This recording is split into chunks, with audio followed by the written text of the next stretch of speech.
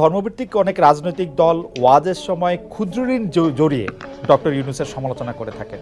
শেখ হাসিনার মতো এরকম প্রায়, আমি যেটিকে বলি যে প্রায় অভব্য অশ্লীল ভাষায় সুদখোর বা এরকম না বললেও ওয়াজের সময় এগুলি নিয়ে অনেক কথাবার্তা বলে থাকে। জামায়াতে ইসলামী আসলে ক্ষুদ্র ঋণ, তারপরে হচ্ছে যে এইরকম একটি ব্যাংক ব্যবস্থা বা এনজিওর কাজকর্মকে কিভাবে দেখে, কিরকম করে দেখে? উনি কি শুধু সুদী ব্যবস্থা ব্যাংক পরিচালনা করেন? বাংলাদেশে আর কোনো ব্যাংক নাই এরকম। এটি তো ডক্টর শফিকুর রহমান, আপনি তো অসাধারণ বিতর্কে, এটি তো সোফিস্টদের মতো হলো প্রশ্নের বিতর্কে লোকরা। জি, সেই ব্যাংকে যারা সার্ভিস হোল্ডার এবং যারা ডিরেক্টর, তারা যদি মেইন স্ট্রিম রাজনীতি করার অধিকার রাখেন, ইউনূস সাহেবের সমস্যাটা কোথায়? আমি তো সমস্যার কথা বলছি না, আমি বলছি জামায়াতে ইসলামীর অবস্থানটা কি। আমার কোনো সমস্যা নাই, আমি তো আমার সবচেয়ে পছন্দের লোক ডক্টর মোহাম্মদ ইউনূস।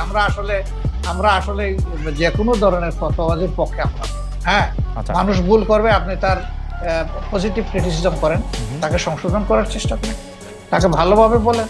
আপনি যে ফিলিংসটা আপনি ক্যারি করেন, সেই ফিলিংসটা তাকে পার্সু করেন।